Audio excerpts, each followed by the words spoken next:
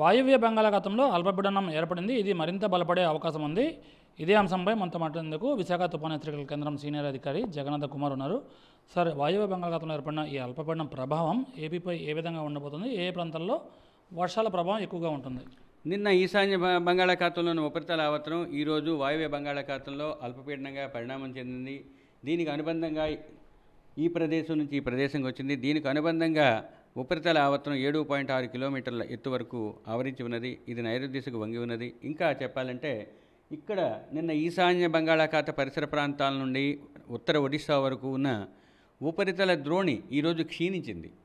ఈ కారణాల వల్ల రెయిన్ఫాల్ బెల్ట్ కొంచెం షిఫ్ట్ అయింది. ముఖ్యంగా ఉత్తర దక్షిణ కోస్తా జిల్లాల్లో రాబోయే వారం రోజులు ఏ విధంగా ఉంటాయంటే, మొదటి 2 రోజులు ఉత్తర కోస్తా జిల్లాల్లో పలు ప్రాంతాల్లో తేలికపాటి నుంచి మోస్తరు వర్షపాతం నమోదయ్యే అవకాశం ఉంది.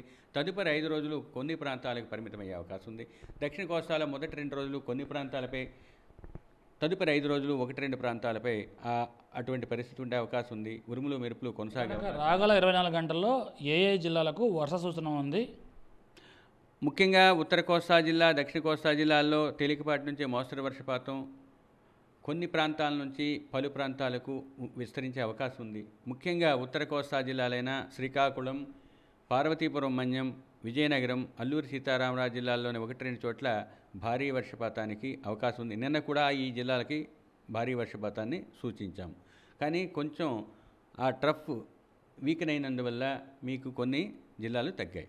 కానీ ఈ 4 జిల్లాలకు ఈ 24 గంటల్లో భారీ వర్షపాతం నమోదయ్యే అవకాశం. ఈ అల్పపీడనం కాస్త ఒడిశా వైపుగా రాగల 24 గంటల్లో దాని ప్రయాణం జరిగి వస్తుందని చెప్తుంది ఐఎండీ.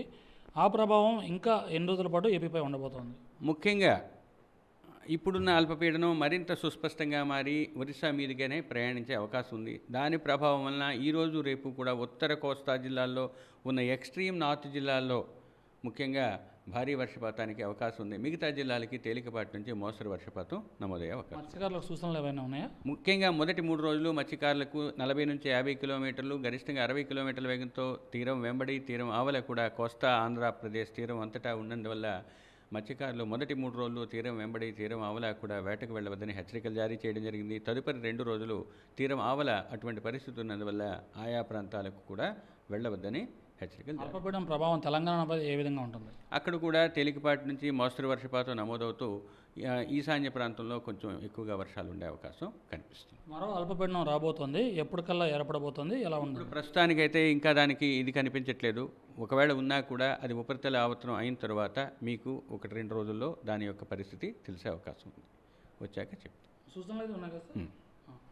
ఓవరాల్గా ఈ అల్పపీడనం ఏదైతే ఏర్పడిందో అది క్రమంగా ఒడిశా వైపు మూవ్ అవుతుంది. దీంతో ఏపీ వైపు కురవాల్సిన వర్షాలు కాస్త తగ్గుముఖం పట్టి అటువైపు ఒరిస్సాకి షిఫ్ట్ అయినట్టుగా వాతావరణ శాఖ అంచనా వేస్తుంది. అయినప్పటికీ దాని ప్రభావంతో శ్రీకాకుళం, విజయనగరం, పార్వతీపురం మన్యం, అల్లూరి సీతారామరాజు జిల్లా ఈ 4 జిల్లాల్లో ఈరోజు భారీ వర్షాలు పడే ఆస్కారం ఉందని వాతావరణ శాఖ అంచనా వేస్తుంది. ఇదే పరిస్థితి మరో 3 రోజుల పాటు చాలా చోట్ల మోస్తరు వర్షాలు కురిసే అవకాశం ఉంది అల్పపీడన ప్రభావంతో అని వాతావరణ శాఖ నిపుణులు చెబుతున్నారు. సముద్రంలో మత్స్యకారులు ఎవరు వేటకు వెళ్ళొద్దని సూచిస్తున్నారు. కెమెరా పర్సన్ భాస్కర్తో కాజా TV9 విశాఖపట్నం.